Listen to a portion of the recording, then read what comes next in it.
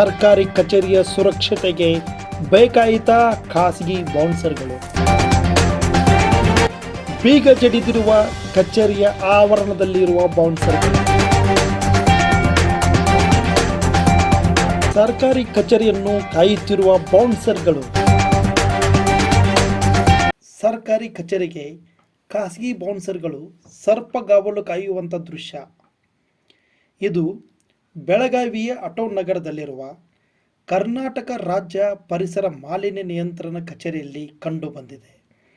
ದಿನಾಂಕ 16 ಡಿಸೆಂಬರ್ 2024ರಂದು ಹಾರೋಗಿರಿ ಮೂಲದ ಉದ್ಯಮಿಯೊಬ್ಬರು ಮತ್ತು ಅವರ ಜೊತೆ ಸುಮಾರು 100ರಿಂದ 120 ಜನ ರೈತರು ಸೇರಿ ಇದೇ ಕಚೇರಿಯ ಅಧಿಕಾರಿಗಳು ಉದ್ದೇಶಪೂರ್ವಕವಾಗಿ ನಮ್ಮ ಬೆಲ್ಲ ತಯಾರಿಸುವಂಥ ಕಾರ್ಖಾನೆಯನ್ನು ಮುಚ್ಚಿಸಲು 3 ವರ್ಷದಿಂದ ನಮ್ಮನ್ನು ಕಾಡಿಸುತ್ತಿದ್ದಾರೆಂದು ಆರೋಪಿಸಿ ಇದೇ ಕಚೇರಿಯ ಒಳಗಡೆಯಿಂದ ಬೀಗ ಜಡಿದು ವಿಭಿನ್ನವಾಗಿ ಪ್ರತಿಭಟನೆ ಮಾಡಲಾಗಿತ್ತು. ಅಂದು ಬೆಳಗಾವಿಯ ಜಿಲ್ಲಾಧಿಕಾರಿಗಳು, ಪೊಲೀಸ್ ಆಯುಕ್ತರು ಹಾಗೂ ಪೊಲೀಸ್ ಅಧೀಕ್ಷಕರು ಸೇರಿ ಪ್ರತಿಭಟನೆಯಲ್ಲಿ ನಿರತರಾದವರನ್ನು ಮನವೊಲಿಸುವಲ್ಲಿ ಸಫಲರಾದರು.